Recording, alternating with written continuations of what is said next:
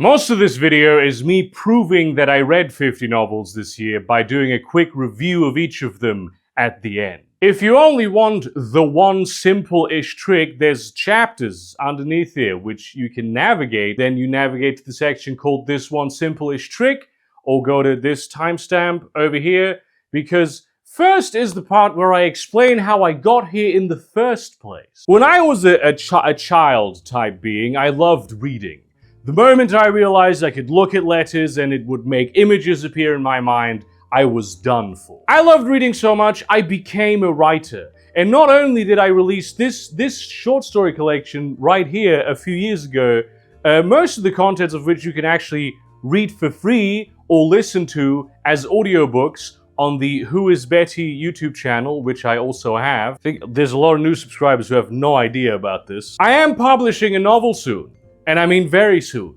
Like, you're not anticipating just how soon it's gonna be. But as I got older, my reading habits slowed down quite a lot. The beginning of the end, really, I think, was in high school, when I actually first gained unlimited access to the internet and started living on my own, having to take care of my own household. Though I had support in, like, all the adulting tasks in the children's home that I grew up in, adulting still took a lot out of me in terms of time and energy. Video games became suddenly very accessible and digestible forms of entertainment where they hadn't been before. I was reading fewer and fewer books, and when I was in university, it took me sort of like 3 years to finish a single novel. Granted, it was like Red Mars by Kim Stanley Robinson, which is super dense with science. There's a bunch of diagrams in it, and I was suddenly having to deal with all the many things that come with entering university life, plus depression and various other mental health issues, all of which very much is stuff that can sort of prevent you from doing things that you enjoy. My point is, I was reading 1, maybe 2 books a year, and that was in good years. And it was hard. I was doing it because I liked books, and because I felt guilty for not reading them.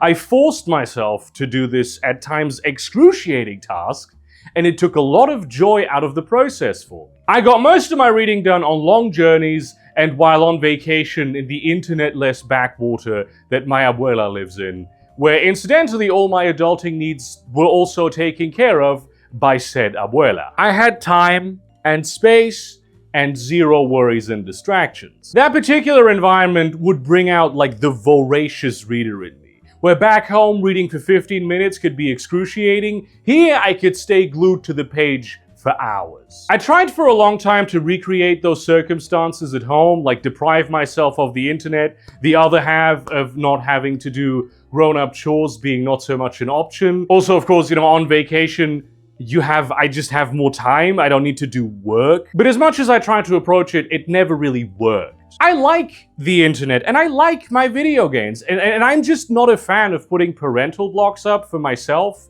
just because I struggle with attention and executive functioning. It was somewhat effective, but never effective enough, and it left me with like a sour taste in my mouth that was just terrible for my overall mood. But then, suddenly, whereas in 2023, I only read 2 books because they were very good books, and it was a good reading year. It was these 2, by the way, the 2 final ones of the First Law trilogy by Joe Abercrombie. In 2024, I read 50 novels instead. Some of them were so short they bring to mind the fact that there is no actual hard line between a novel and a novella. Others were written by Brandon Sanderson or Joe Abercrombie. And those 50 are only the novels and novel-sized short story collections. Rule books, splat books, articles, my own novel that I reread several more times in editing, Discord private messages that go, if you needed an idea for a story, I have one you can use, Bram Stoker's Ejacular. None of that counts. Thank you, Saucer, for that Bram stroke of genius. I did all this without dedicating an inordinate amount of time to reading, too. I didn't use my work time for this, or skimp on other hobbies. I was gaming and self-exploiting and doom-scrolling with the best of them. I played Cyberpunk 2077 this year. That's a major time sink. Now, granted, I am sort of counting the last 2 weeks of 2023 as 2024 for the purposes of this, because that's when I figured out the paradigm shift. But this video is coming out with 2 more weeks of 2024 left, and I finished the last novel like over a week ago, so it it checks out, okay? Don't fucking get on my ass for this. I was able to do all this because I discovered this one simple-ish trick. Stream reading is the short version of it, but it's not actually the underlying mechanism that I manipulated. It's not the actual trick. The actual trick is reframing the problem with actually sitting down and reading a book as a dopamine issue. Basically social media, but also like video games, YouTube, various other forms of entertainment are designed to deliver a lot of dopamine and other reward chemicals quickly and for as little effort as possible. It's the fast food of dopamine. Reading, on the other hand, requires effort, right? People who don't have ADHD may not be as aware of this, but really every new word and new paragraph and new page and new chapter requires a constant expenditure of willpower to keep going. And this is true whether you have ADHD or not. And whereas scrolling social media shows you something new, complete, and self-contained in under a minute, again and again and again, when you read, especially if you're not a fast reader, it takes a while for you to get to the point when you find out what's going to happen in the story, you know, the characters, what are they saying, the end of the twist, all that shit. The time dopamine reward ratio for reading is not great. And let's face it, our dopamine reward systems are absolutely cooked from existing in the internet all day. It can be really hard going without the usual dose for any amount of time, which makes concentrating on the book even harder. And beating yourself up about it and going, damn, I have such shit willpower. If only I could will myself to do the hobby I enjoy, it's not going to really solve the issue. Very rare cases where it's going to solve the issue. Guilt is not a great motivator for leisure. It's also generally not a great motivator. For me, what solved this issue was speed reading, specifically stream reading programs, which take the text of a book and stream it in front of your eye one word at a time, racing through the material while ensuring you still read every word. I tried speed reading on the physical page, but I often found that I would fall into skimming sections or like lose a line, or that it would take more energy than regular reading while not providing that much more dopamine. You might not struggle with that so much, but this whole speed reading technique where you read multiple words or sentences or paragraphs at once is not actually great for reading fiction, where you kind of want to sink into the text properly and know every word. Unless you are a titan of intellect who is obsessed with bees and can just read whole paragraphs easily. The goal is to sort of enter a flow state that many speed readers describe, where the words on the page appear almost like a movie in your mind. The text blends together and you're fully immersed in what it projects onto the canvas of your imagination. And counterintuitively, for that to happen, you are probably going to need to read faster than you do right now. For me, stream reading with these programs absolutely achieved that. I don't even need to move my eyes to read. I can keep them fixed and stay focused on the story.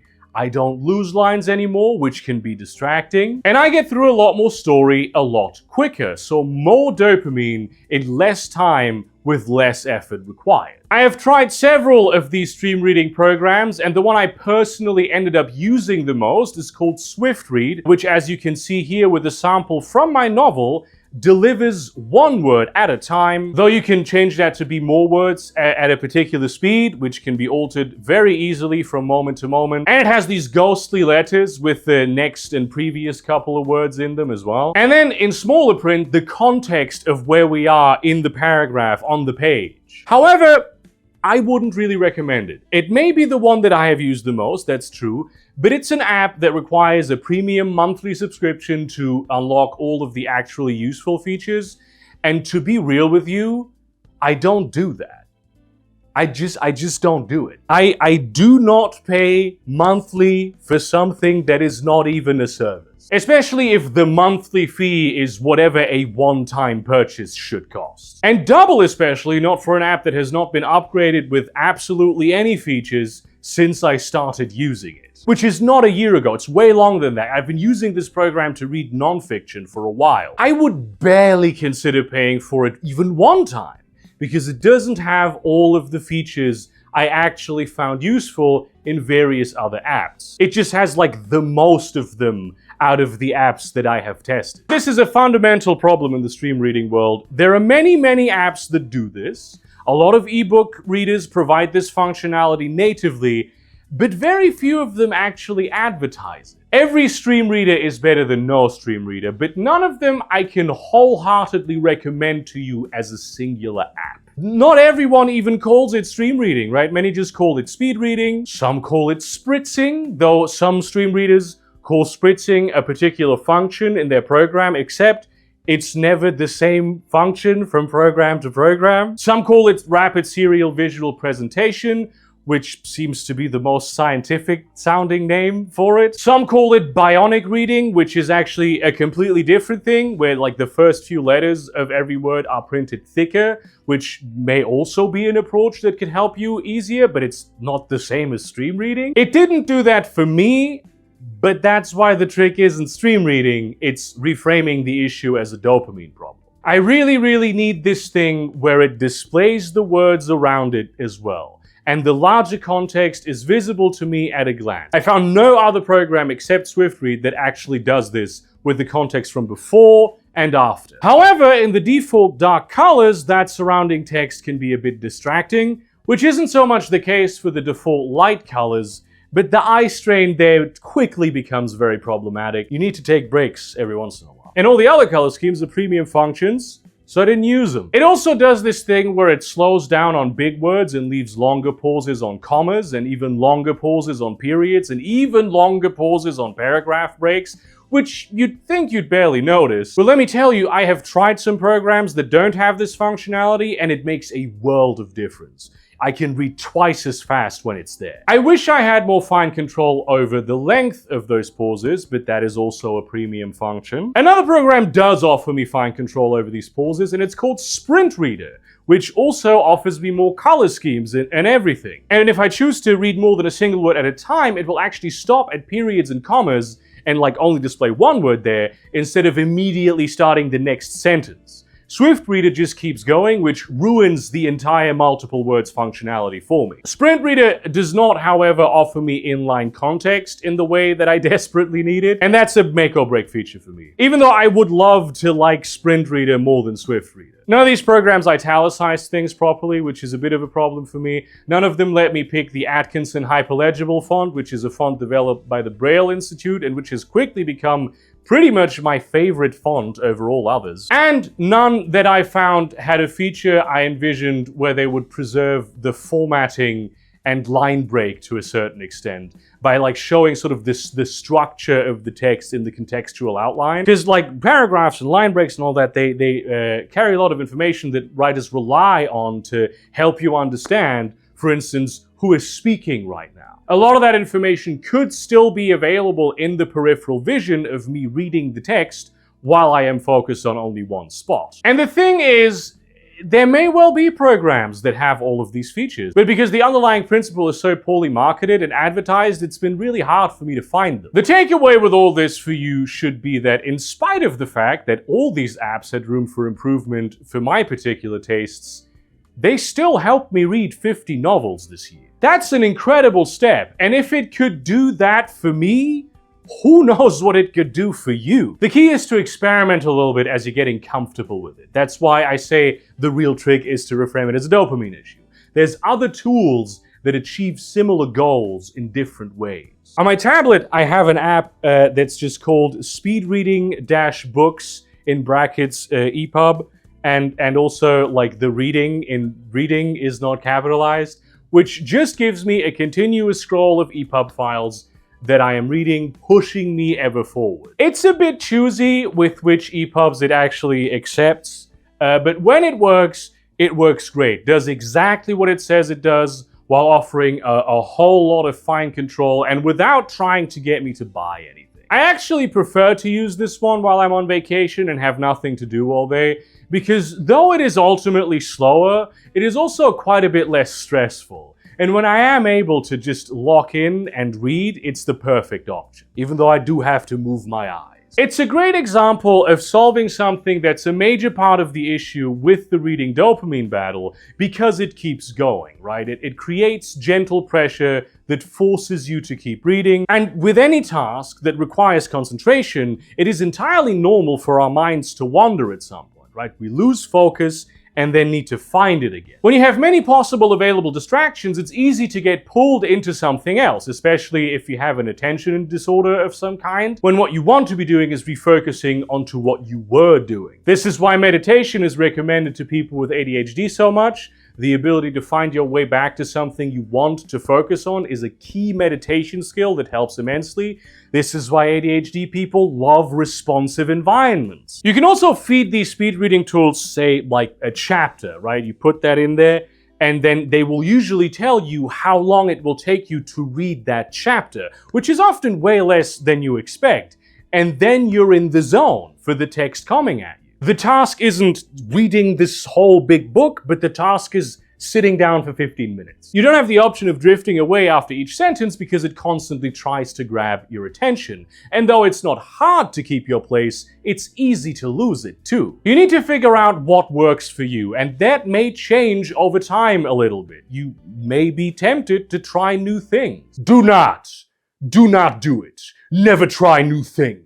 As with my story this year, even a far from perfect solution can have amazing results. Different books, different authors, different days, different hours of the day require different speeds, I have found. I've gotten much faster at reading this way in general, of course, and I found that I tend to start a book somewhat slow and then ease myself into a higher speed once I've understood the basic concepts and diction of the book. The specific terms it uses, the names of the main characters. The whole stream reading thing might not be for you at all. In which case, maybe bionic reading, which I mentioned earlier, where the first couple letters are printed thicker, might work. You might want a specific font or coloring that helps you read. Most ebook readers offer that sort of thing.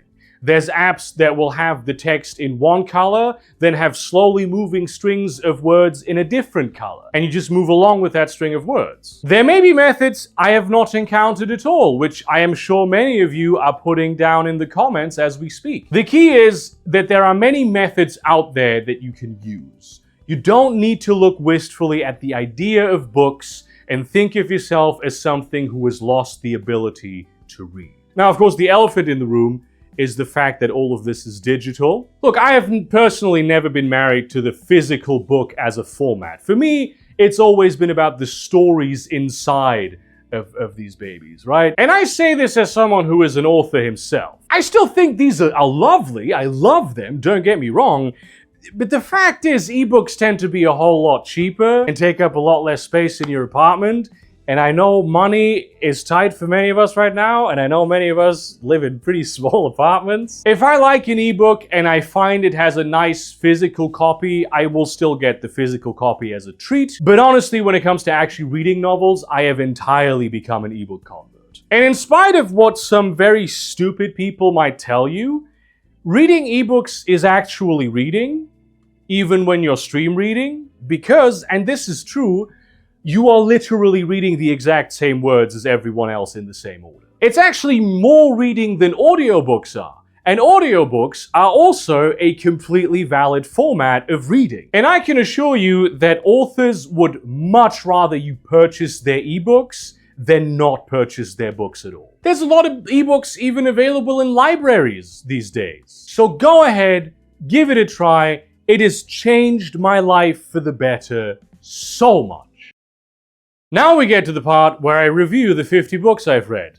Not in depth, mind you. I don't want to be old and grey when I'm done with this fucking video. I have bunched up series into single items, but there's a tracker up somewhere on the screen where I'm going to put it in editing, telling you how many books deep we are in. I will avoid spoilers, but not always. Basically, the less I like the book, the more I'm going to spoil it. You will know how much I like the book before I spoil it. Let's get started. First on our list is Dead Beat by Jim Butcher, 7th book of the Dresden Files. It was fun. It's a fun book. All the Dresden Files books are fun books. The prose is very clean. It's evocative. The mystery is interesting. The action is very competently escalated. The cool action things are well foreshadowed and yet still surprising enough to be interesting. I mean, there's an undead dinosaur in this. How cooler can you get? In short, this book is very awesome. And that kind of leaves me cold. Look, I really want to like the Dresden Files. I think the premise is great. The characters are interesting conceptually always and on the page as well. Harry is a bit annoying sometimes, and I wish he'd go to therapy, but that's just the character working as intended. But whenever I finish one of these, I never feel the need to read another one, especially when it involves the meta plot that runs across books, which it almost always does. Half of this book is Harry dealing with consequences from previous books, and that wouldn't be so terrible if the meta plot wasn't inherently dissonant with the very premise of the series. Harry is an impoverished magical detective in the windy streets of Chicago, someone who didn't reach his potential, a burnout gifted kid. But in the meta plot, he's not merely peripherally involved in the huge global wars between wizards and vampires and fairies and demons and all the other things. He's at the center of all of it somehow. The world just aligns and everything ultimately always seems to revolve around Harry and his chosen oneness. And that ruins the entire premise for me. I wanted an ordinary, extraordinary guy solving interesting cases with the help of his cool and interesting friends, and I do get that in each of these books. But I also get this weird, like, Prince That Was Promised shit shoehorned into it, and it honestly genuinely ruins the entire show for me. I understand why people love these books, it's just a particular pet peeve of mine. It would have been so much easier to sort of fit the geopolitical frame of reference to, say, the Midwest, the United States, hell, maybe even all of North America, right? But it had to do the American thing and go for the whole world. Next up, we have something that does geopolitical frame of reference right.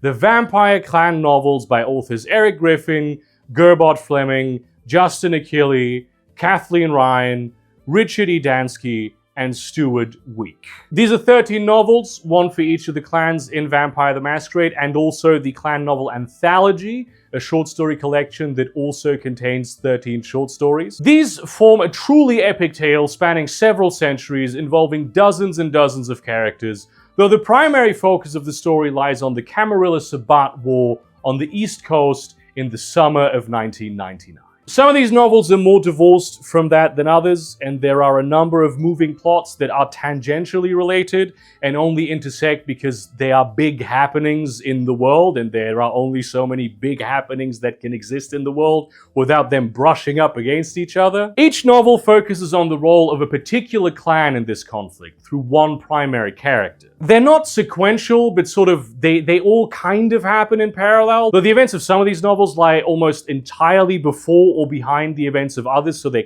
kind of sequential. There's actually an alternative presentation of these novels where they're all packed into a trilogy, with each scene arranged chronologically, which I'm sure will make for a very interesting read one day. However, each of them also includes a point of view sections from characters from other clans, often main characters from other books even, because it pertains to the facet of the goings-on of that particular novel. The larger plot is convoluted, confusing, riddled with too many characters, pursuing too many interests, full of big-lipped alligator moments where things happen that nobody understands, and they just happen because they do. Sometimes these are made to make sense in later books, sometimes not. And I love all that. Characters make stupid decisions, individual plot strands stall because another plot just bulldozes them. And I know many people don't like that, but I'm a huge fan of it. The sheer scope and depth of the whole thing makes me feel like I'm not just reading a story crafted for my entertainment, but an actual historical account of a realistically complicated chain of events involving the politics and personal fates of vampires young and ancient. This is how history actually happens, and I love that this series had the balls to just run with it like that. It's very World of Darkness. Now, in fairness, some of these books are better than others. The Tremere one is famously horrid. Literally, I have not been able to talk to anyone who's read these books who knows what the fuck even is going on through any of it. This is even worse than the Malkavian one, which is deliberately written to be confusing, and it also includes one of the coolest battle scenes for absolutely no reason. I personally very much enjoyed the Gangrel and the Sombra ones, but all in all, though the prose can be a bit clunky and the books massive in scale, I do very much recommend these to anyone who's into vampire politics, anyone who's into World of Darkness, really. Next up is Project Hail Mary by Andy Weir. It's bad. It's a bad book. I didn't like it at all, really. The prose flowed well, I suppose. It was easy to read this book quickly, and I guess there were some interesting ideas in it with the alien the main character meets. Basically, this is a book about the world ending, and for contrived-ass plot reasons, they need to send a high school science teacher to another solar system to solve a problem he is qualified to solve only insofar as he had an interest in the topic for a while. He's not been an active research scientist in a long time. It's fine though, because all of the actual problems he encounters just so happen to be simple enough to be solvable with his skills as a somewhat competent high school science teacher. It's all written in this sort of sarcastic, millennial, I fucking love science-ass voice that worked much better in The Martian because I actually believed Paul Watney as like a plausible character who was solving interesting problems. Every single conversation needs to be some sort of weird comedy bit, and I hate it.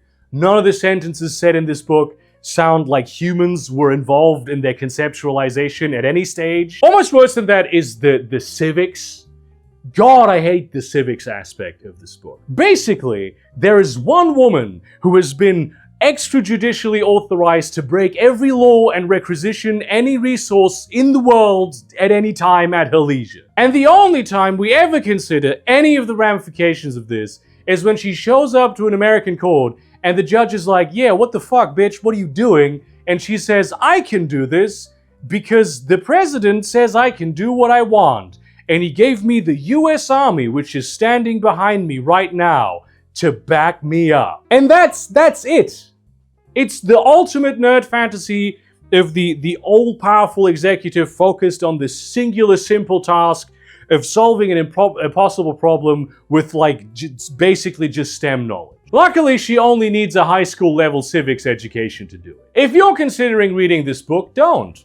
Read Seven Eves by Neil Stephenson instead. It's also a near future science fiction book with an apocalyptic plot, except it's good as opposed to being bad. I think, like, Andy Weir really stuck to his guns a little too desperately here. It really backfired because he's written some real bangers before. Like, you know, the Artemis, it's somewhere here, one of my favorite books. After that piece of science fiction for people who only read clickbait headlines, I needed a palate cleanser. So I read Pushing Ice by Alastair Reynolds, who is one of my absolute favorite authors. I wanted a safe bet. It tells the story of a ship of corporate ice miners in the not very near but also not too distant future who just so happen to be the only ones who could feasibly investigate the ice moon Janus, because it just started accelerating, and ice moons are not supposed to do that. Because, hint hint, that's no moon, it's actually an alien spacecraft. This story is something I absolutely adore. A group of competent people thrust into a situation of truly unfathomable scale, trying to survive and make the best of their new paradigm. The novel is pretty long, the plot keeps escalating, but it mainly centers around the fate of the community of the ice mining vessel Rockhopper, mostly through the lens of the two longtime friends Bella Lind and Svetlana Brasegian, the captain and the chief engineer. I like Alastair Reynolds because his characters feel incredibly realistic to me, even with all the weird shit I find in his novels. The verisimilitude is great. And I love verisimilitude. I know people like to say that his characters are one-dimensional, but honestly the only explanation for that I have been able to come up with is that they've never actually read any of his books. Maybe it's precisely the fact that they feel like real people, not characters in a book, that is the problem. All in all, highly recommended. Not flawless by any stretch of the imagination, but definitely one of my top books this year. Next up, something completely different. The 4 Earthsea novels, The Wizard of Earthsea, The Tombs of Atuan, The Farthest Shore, and Tehanu by Ursula Le Guin, one of the uncontested grandmasters of the fantasy genre, and with good reason. I actually have this beautiful Earthsea sort of, I can't step over there, this hardback edition over here. It has gorgeous illustrations in it. I just never actually got around to reading the bloody thing. They revolve around a guy called Ged, the Wizard of Gaunt, as well as Tenar, the priestess of the Nameless Ones, as they live their lives in the vast and fractured world of the Earth's. I know conceptually these are supposed to be children's books, at least to some extent, but they can be surprisingly dark and mature, and I never found myself craving more of a grown-up tone in there. Tehanu, which may have been my favorite book out of the four, told a very adult story that I'm not sure a child reader could even relate to. Le Guin manages to create this incredible sense of vibe with her prose. All of the words seem chosen perfectly to evoke the feeling of being in a certain fantastical place, even if the descriptions themselves are not always super in-depth. It leaves a lot up to your own imagination. But it works so well, especially in the Tombs of Atuan. I really found myself transported to those underground halls, to the sort of even temperature, the whispering in the dark, the pillars of the tombs standing tall in the harsh desert, implacable idols owing no one an explanation, are a vista that's just stuck in my brain now. The style in which these are written is at times very concrete and beat by beat, only to race across months and years of time in just a paragraph moments later, which gives them an immense sense of scale. The prose has this sort of bardic diction to it, like you're listening to someone recounting a tale, which I'm usually not a huge fan of actually, but with these books I was impressed how clear the visuals remained in spite of the way in which it was written. In a world of dark and gritty fantasy, somehow these books managed to be incredibly cozy without sacrificing any of that feeling of being real. I wanted to read The Book of the New Sun by Gene Wolfe for so many years, and I figured I'd never make it.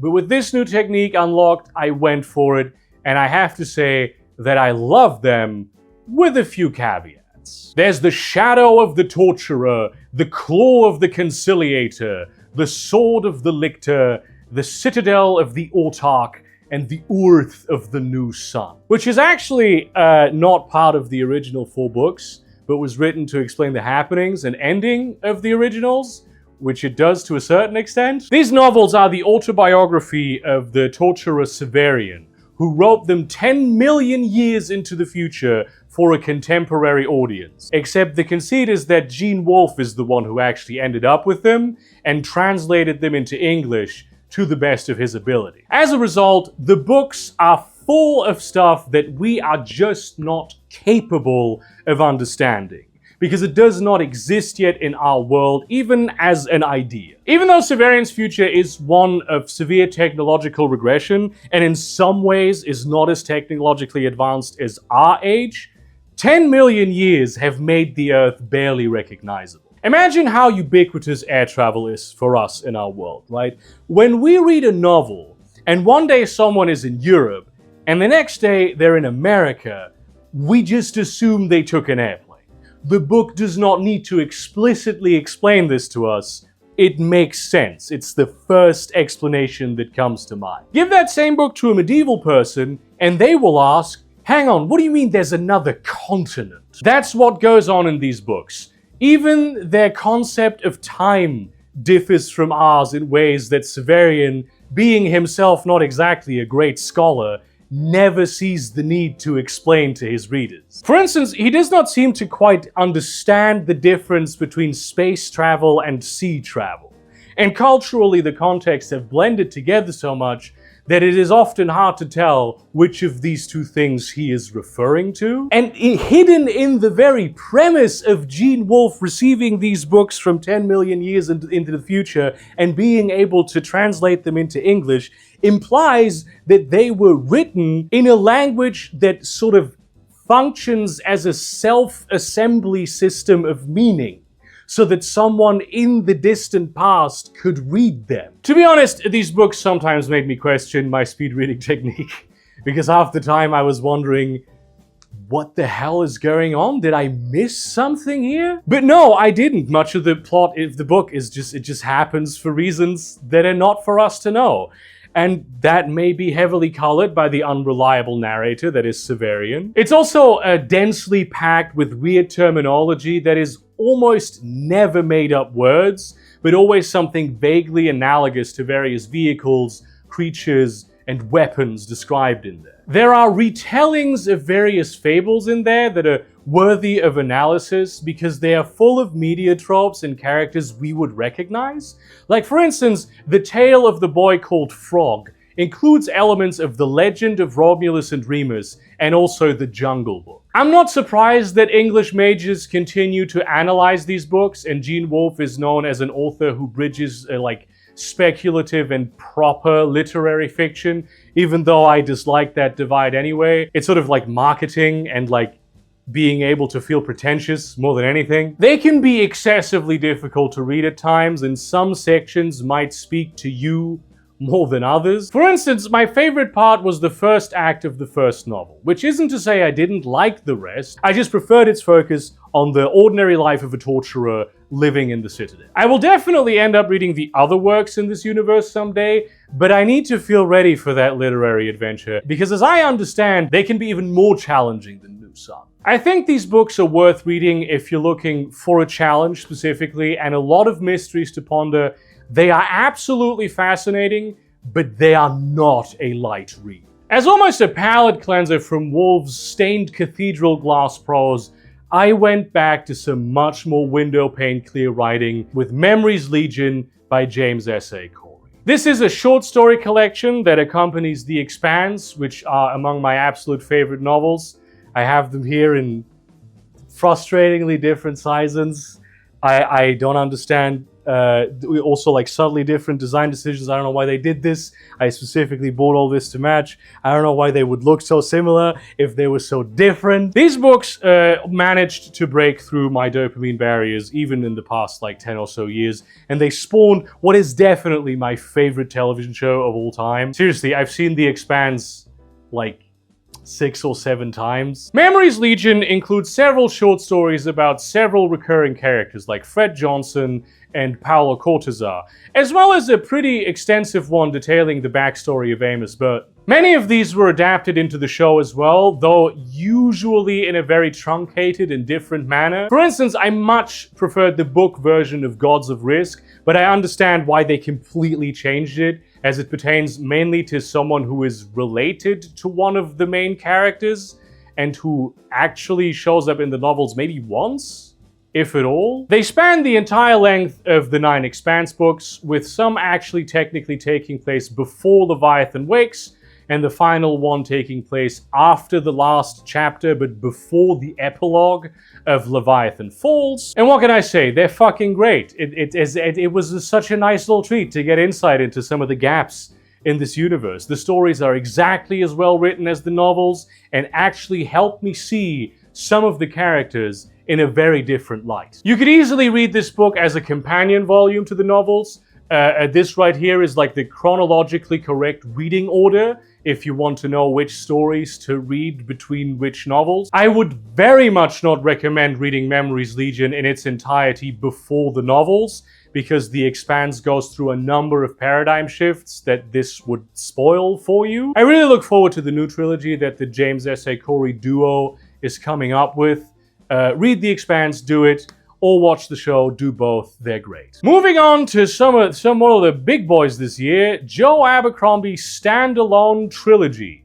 Named thusly because it's 3 standalone novels that you can read on their own, describing the events between the first law cycle, that's this one, and the other one, the one where, as I understand it, the Industrial Revolution happens, which I have not read yet, so no spoilers. It features a mix of known characters from the original trilogy and new characters, and shows us parts of the world that we previously only heard of. Best served cold is naturally a revenge story, revolving around the Styrian mercenary Monscarro Murcato, and as she slaughters her way across the various duchies of her homeland in a ruthless campaign to avenge herself, really. It's really fucking dark and nihilistic, even more so than the first Law books usually were, and pretty much all of the characters involved are irredeemably vile.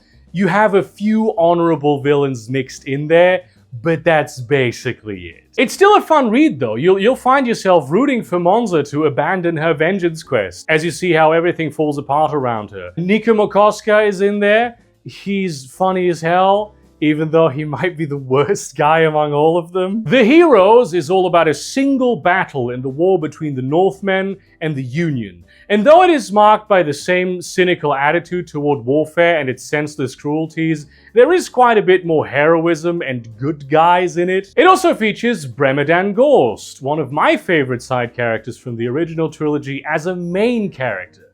One of the greatest warriors the world has ever seen, but he has a girly voice and it fucks up his self-image. You might think you can't fill a whole novel with a single battle, even if it takes place across several days. But Joe Abercrombie once again demonstrates an intricate knowledge of the logistics of warfare and all the problems associated with large organizations filled with idiot bureaucrats and selfish glory hounds. And finally, we have Red Country, very much a western with a fantasy backdrop, which follows the story of two entirely new characters we have never ever seen or heard of before, Shy South and her stepfather Lamb, as they join a wagon train across the devastated grasslands of the old empire in search of Shy's abducted siblings. I think this one at times suffers from structural issues that messed up the pacing a little bit, but not excessively so. In fact, for my personal taste, I call those issues a positive because they made the story more character-driven and gave it more verisimilitude. It's definitely the most optimistic and good natures of the three. It's fundamentally about community, caring for the people next to you in a harsh and unforgiving environment, though of course it features plenty of flawed characters. I like these books. They were good books. Next on the list is The Ravnica Cycle by Corey J. Herndon, which, yes, is a trilogy of Magic the Gathering novels, and no, I do not play Magic the Gathering, but I used to back in Boys Home. I've always found the game fascinating, but after repeatedly trying to get into it, I found it way too expensive and not enough fun to warrant that expense. What I do love though is the world building and of course the artwork, which I follow much more closely than any game mechanics these days. I'm just a sucker for world hopping settings. I love them, but specifically for deep dives on these individual worlds. And Ravnica, a massive city world with a Renaissance fantasy aesthetic run by a sort of weird and mutually antagonistic cabal of guilds, may well be one of the most influential elements of all of fiction on me as an artist. I love cities, and I love Magatech, and I love complicated civics and odd institutions. I had never read these books, though, and I must say they're pretty much what I expected from a series of novels written essentially as merch for a trading card game. They're very entertaining, but not over much else. The plot is muddled and convoluted. There's a lot of random stuff that just sort of happens for the sake of it, which is not necessarily a bad thing, mind you, but a matter of taste. Especially with some of the time skips, it was at times challenging to follow what was happening. The prose could have been more clear if it was a little less playful, and that's really also my main point of criticism with these books. The tone is very sort of Marvel, right? There's a lot of banter, especially in fights, which feel like fun action scenes, much more than life or death situations. Some of the characters seem like mild caricatures of themselves, and just too much of the books is played for laughs, for my taste. Could also be I was in a different mood relating to violence after mainlining 3 Abercrombies in 2.5 weeks. That being said, the core mystery, especially in the first novel, was interesting and well constructed, the characters are likable, and these books are just packed with incredibly cool ideas as to how a magical super metropolis would operate. The nomenclature of the many fantastical elements is very sophisticated, almost Gene Wolfe level stuff, I must say. And this wealth of cool and interesting ideas is delivered in a very steady dose, so you're never overwhelmed with how many cool little things are introduced at once, but there are always some for you to be impressed by. So if you are into many of the same things I'm into, definitely recommend picking these up. Now we start with a very special section I call Books I Read While on Vacation at My Abuela's for a couple days. So picture me reclining in a beautiful little garden in the warm sun of early autumn in Spain, on the coast of the Mediterranean. Oh, how I miss being warm. I hate the cold so much. It's unbelievable. I don't like being cold. Anyway, this is the Cyberpunk 2077 novel. And it has gotten a lot of hate for featuring none of the characters from the game and being completely unrelated to the story of the game.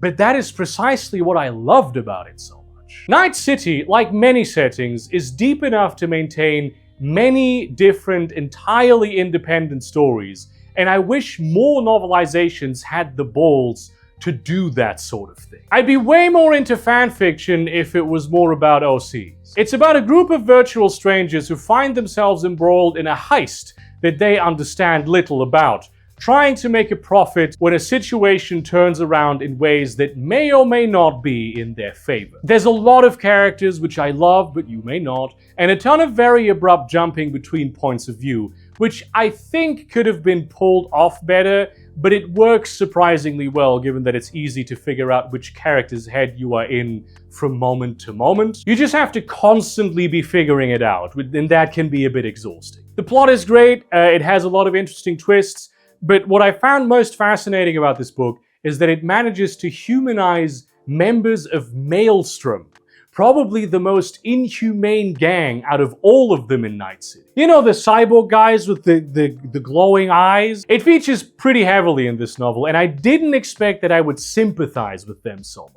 I do think the novel benefits from having actually played Cyberpunk or being at least somewhat familiar with its setting. If you haven't played the game, first of all, go play the game. It's genuinely one of the best games of all time. Rough start though it may have had, it's good now. But if you refuse, I would only really recommend the novel if you are a fan of the cyberpunk genre, in which case you should play the game and then read the novel. Next up, we incorporate a naval element to my vacation.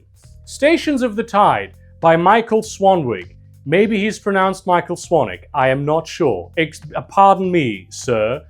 Oh, what a lovely story though. It's about a nameless bureaucrat sent to the planet Miranda, a rainy water world with very strong New Orleans vibes, to find a criminal before there is a massive flood that will engulf the entire world. The criminal's crime? Smuggling technology that is more advanced than this world is allowed to have. The bureaucrat is not here to stop the flooding. That's just a natural thing that will inevitably happen. Everyone on Miranda is aware of it and they're being evacuated.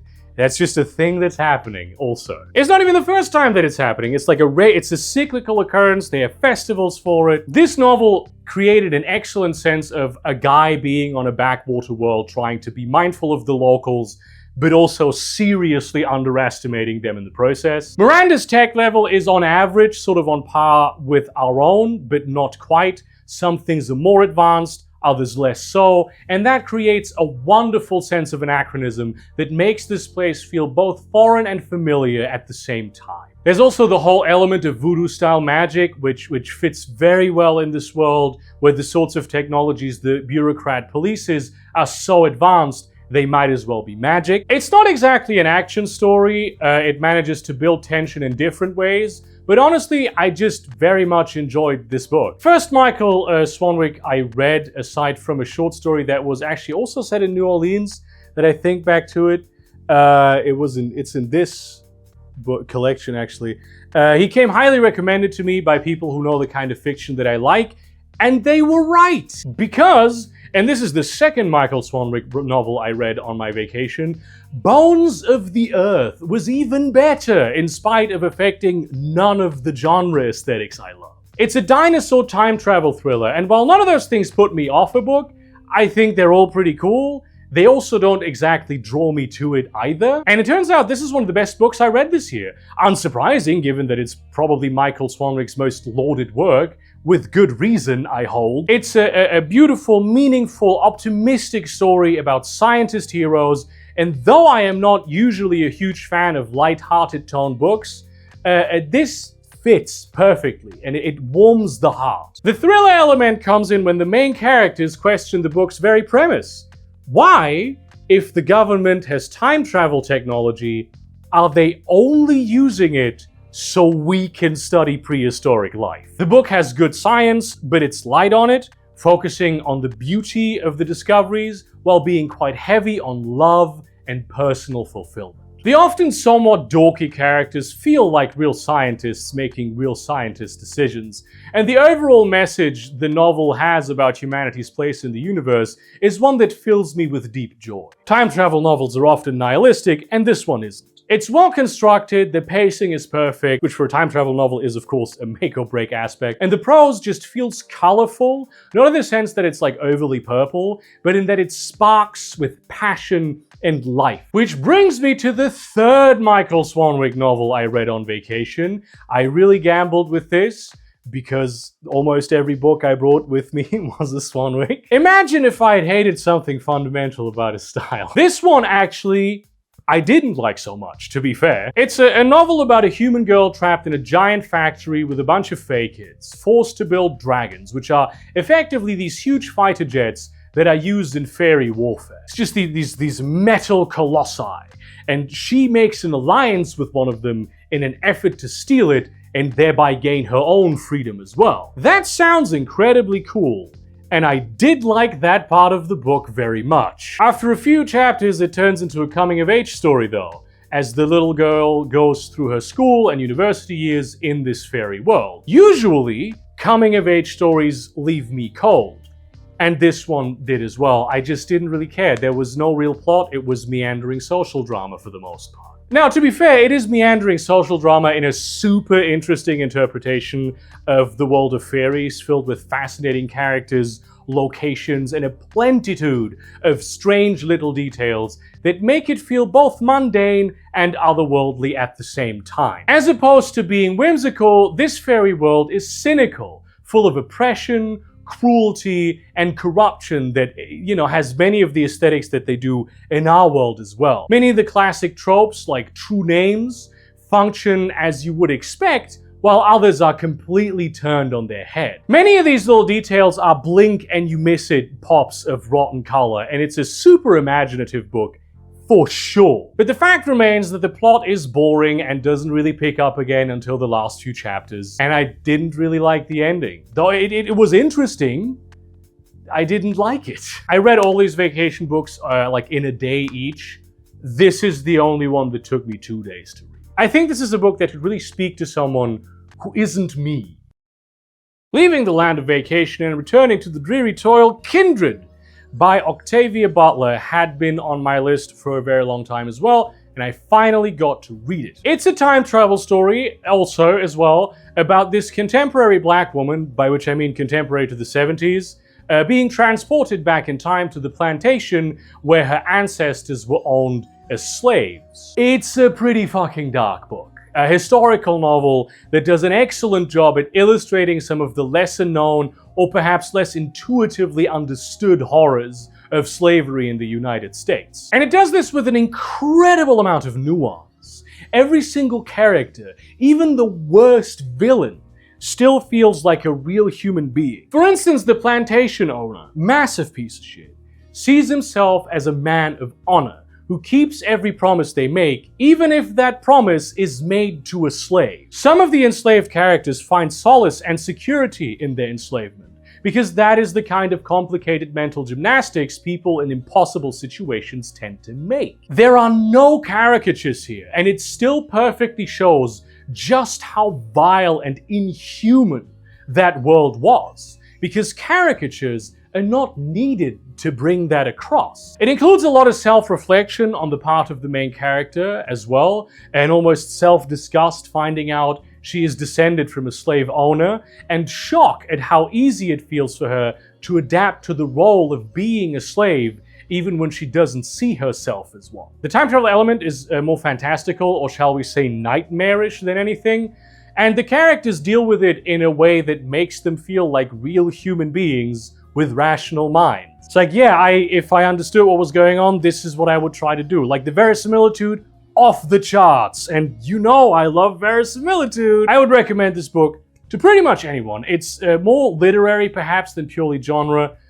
which, again, stupid distinction. But it's one of those novels that can really expand your mental horizons. And now for something completely different, again, the wax and wane era of the Mistborn books.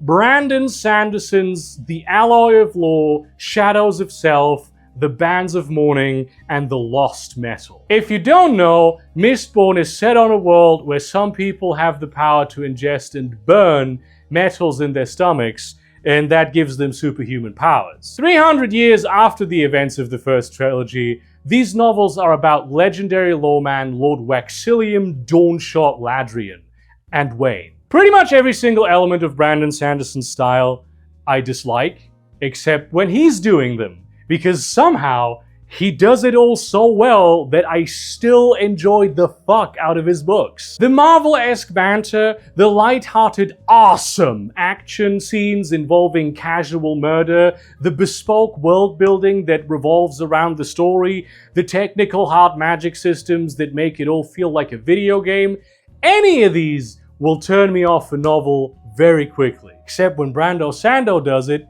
it works. I'm not just restraining myself in talking shit because his agent for some reason follows me on Blue Sky. I'm serious about this. I like his work. Now, of course, me being an overeducated Marxist, I am a bit annoyed at the cops are corrupt, so we need a good cop who's also a good millionaire. Wayne is an odd guy, and it's funny to point that out. Banter is when we say mean things to each other. But Sanderson does the work. There's explorations of sexism in this Victorian analog society. Explorations of an emerging understanding of the causes of criminality that are not down to weak individual moral character, but systemic causes. There's ideas of resonance theory in this. The characters, goofy though they can be, I can't help but like them. I can't help but think they're cool. The plot is always interesting and well constructed. Much less of a puzzle, where every factoid of the world is a puzzle piece in this particular story, as was the case in Mistborn, even though this is very much a detective book, which is a development that I appreciate because it makes the world feel more real. Sure, the main character is a bit of a power fantasy, but he has a lot of depth.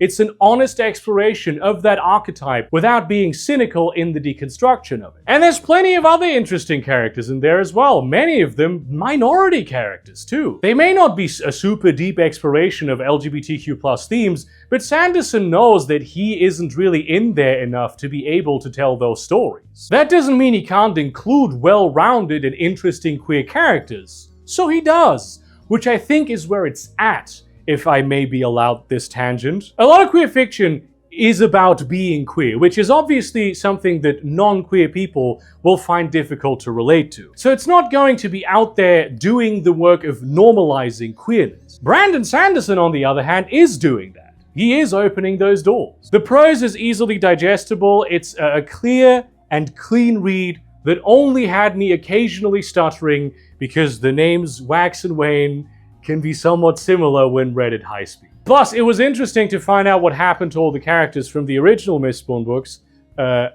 which are here. This is where they are.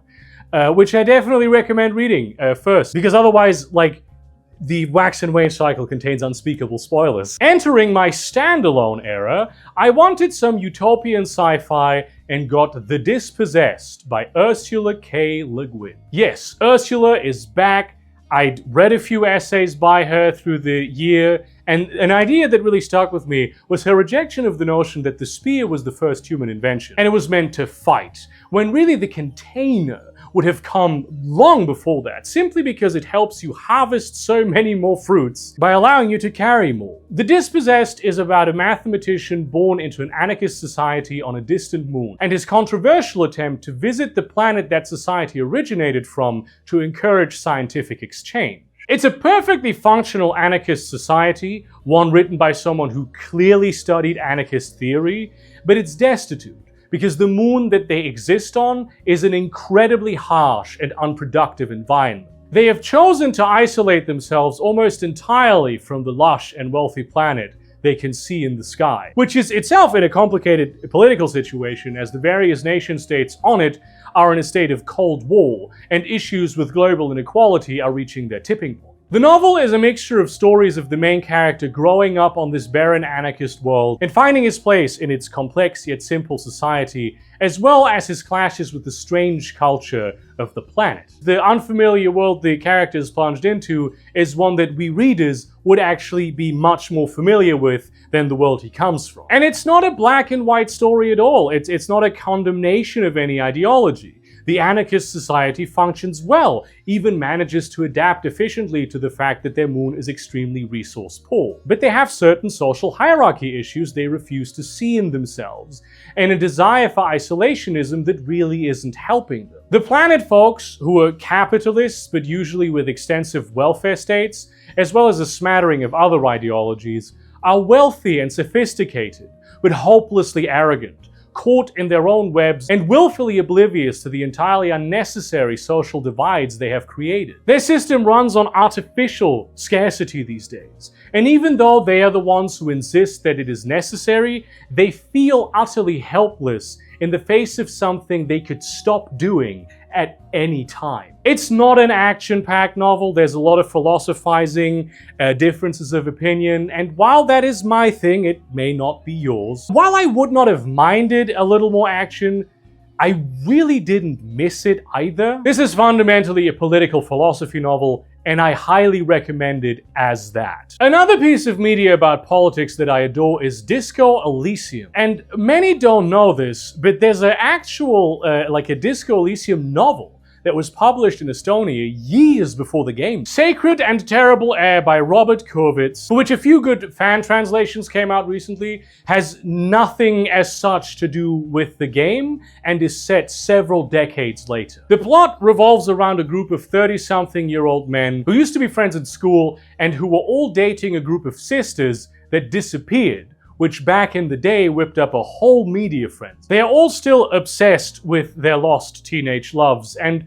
though they are on very different paths in life these days, they all have some leads that they figure will finally help them crack the case. Now that sounds great, but to be honest with you, you'd be remiss for missing the plot for all the layers of rhetorical ornamentation and purple prose it is buried under. This book reads like a book trying very hard to be Disco Elysium. And it does that very effectively, right? The vague and specific detailing that makes the prose of the game so unique is pretty on point. It delivers a huge amount of color, but there's just too much of it. It overpowers the structure of the book. Not to mention the constant switches between past and present, sometimes multiple times within the same sentence, are super confusing. You have scenes where the same characters visit the same place they did years ago, and they have different conversations during these different times, but here, both of these scenes sort of run in parallel, right? They are shown to us at the same time, and there's no indication as to what happened when. Many sections are written in foreign languages, primarily Finnish. The idea of the Pale from Disco Elysium is very heavy in this book, and though the style of the prose really bumps up the texture of unreality, it makes the whole thing just extremely confusing to read. Not very fun. It doesn't flow at all. It's just yanks you around while occasionally giving you a glimpse of something interesting. The descriptions are so laden with metaphor, I often had no idea whether they were actually describing anything at all or just going off on some sort of tangent, which the book does all the time. The underlying plot is interesting. The book is very unafraid of exploring its own subject matter. But if I didn't love Disco Elysium, I would probably have stopped reading this book about 3 chapters in. Now, I have no idea how much of this is just the translation's fault. Some of the ideas conveyed apparently don't translate very well from Estonian, but I would honestly say only read this if you love Disco Elysium to an unhealthy degree, like I do, for instance.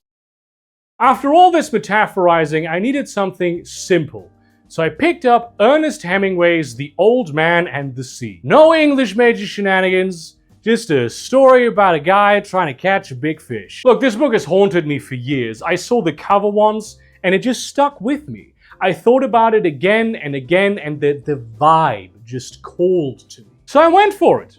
It's a pretty short book. The story as it is really about an old man who wants to prove that he still has it by catching a big fish. And yeah, it has all these deep themes and metaphors, all the stuff that I provocatively like to call biblical pop culture references. Being Hemingway's final book, it reflects a very depressive and desperate phase in his life, but what spoke to me about it was the humanity, the love this old man shares with this random young guy, the relatability of the struggle, and, as I had hoped from the cover, the vibe. I grew up for part of my childhood in a coastal Spanish-speaking town where people would go out to sea and fish.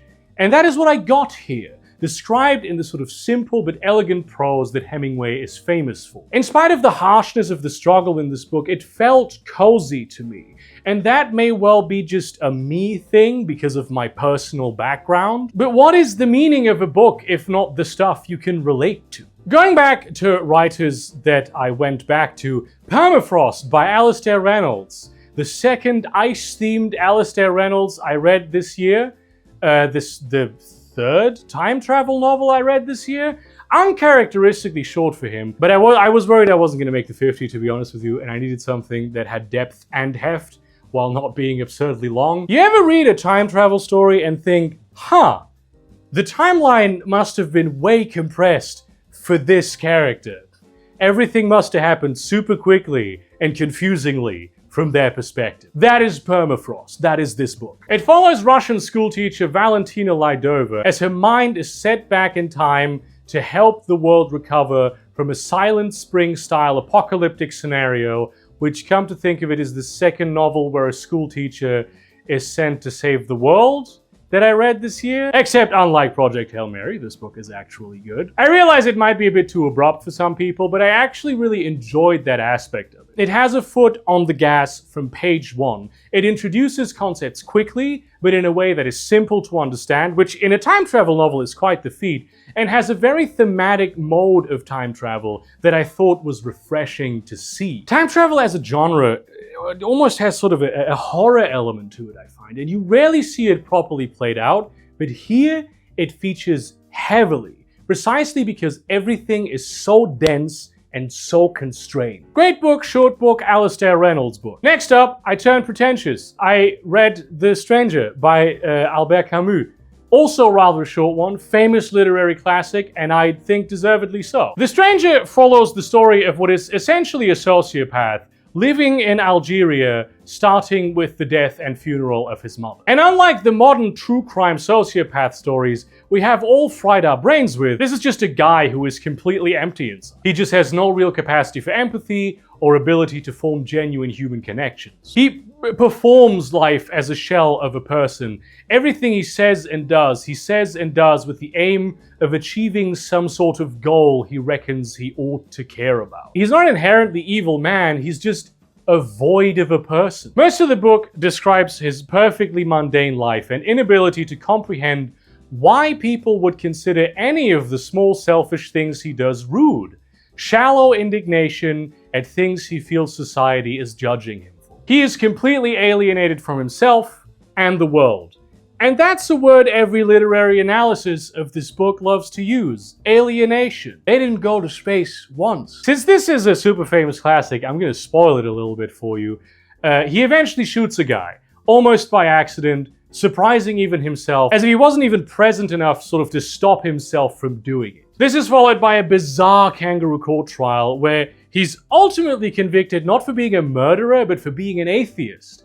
At least this is the primary reason given in his judgment, which reveals an additional layer of racism, as the guy he killed was an Arab, and much like all the other Arab characters in this book, he's never named. It becomes clear that his death is not the most objectionable aspect of the murder to the people convicting the main character. I like this book because it was so dry.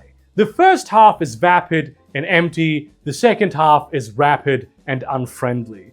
The story of a guy who does not resonate with his world, who feels like life just happens to him in spite of the fact that he acts all the time. It's worth a read if you want to feel absolutely nothing, but in a good way. Back to me being a huge nerd, The Poison Eater by Shanna Germain, a novel set in the Numenera universe, which, if you don't know, is a role-playing game in the far future Earth I enjoy up to a point. Many years ago, I did a video about why I think it is fundamentally flawed, in the sense that it's so weird and provides so little frame of reference that it becomes impossible to predict the outcome of any action you are going to take, because there's nothing that you can compare it to as a player to understand the ramifications of what is happening at any stage. But of course, characters who live in the world do have that frame of reference, though not much more than players would. So because I like far future fiction, I wanted to give this one a shot. This novel is about the so-called Poison Eater, a sort of special rank in a certain city in the Ninth World where it's essentially a person who eats poison and then receives visions of lurking dangers, and then the cops are dispatched to deal with them. This is also kind of the fatal flaw of the story. The poison eater herself is too valuable to risk, so she never leaves the city. So what we ultimately get is a charming little lesbian love story underlined with a ton of navel-gazing, the main character thinking about what she might or might not do, what people might or might not think, what her past might or might not have been, while other people are doing the interesting things. The closest we ever get to seeing anything cool happening is when she watches like part of a particular combat on a screen from a distance. We do get to see a lot of cool and weird Numenera action. I like the city the story itself is set in. I like the characters for the most part. But the truth ultimately is that though the plot wants to feel grand, it feels like very little is actually going on. If you're into Numenera, you could read this, I guess. You could, however, also read this instead. The Ninth World Anthology, a short story collection about stories in the Numenera setting. And I must admit, I cheated a little here. I was in the mood for more Numenera, but I wanted short stories. And none of the short story collections, in and of themselves, were sizable enough for me to justify calling them novel length. So I just collated all three of them, and then also added the independent short story, The Amber Monolith, just for good measure. They were written by Monty Cook, Shanna Germain, and also Bruce Cordell.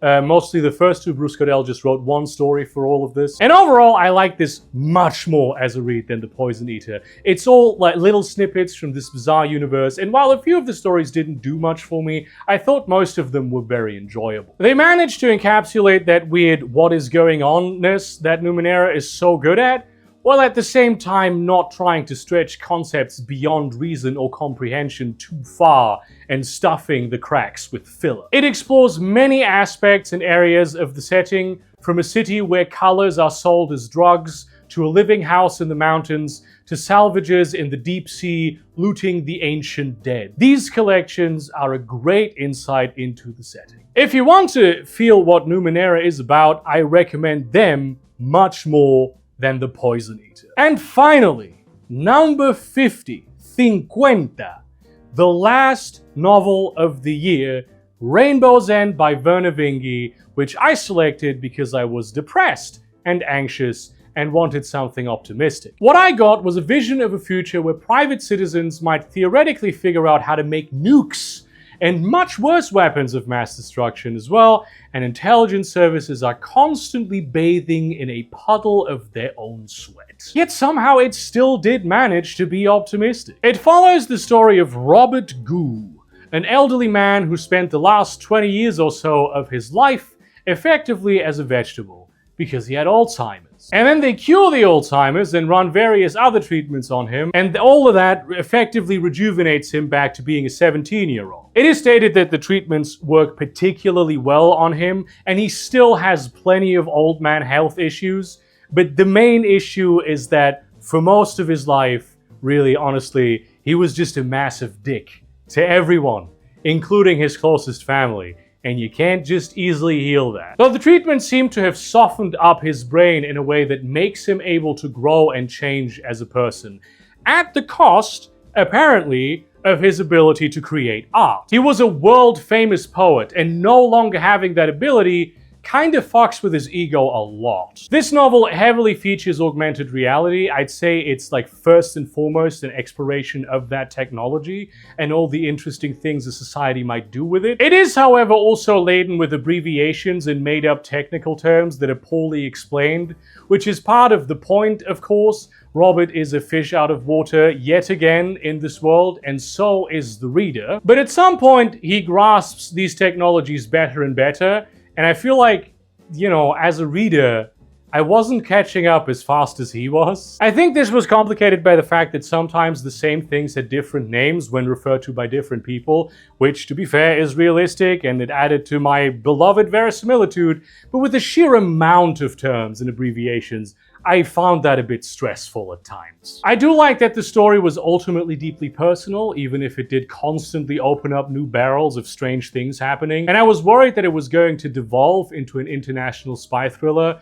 when that really didn't feel like what the tone was going for. I liked the characters for the most part. Robert being unbelievably mean for much of the book was a bit annoying for me at times, but I think I've been particularly sensitive recently. It was a bit weird to have a 13-year-old girl who was effectively an adult-level genius without that being sort of appropriately recognized.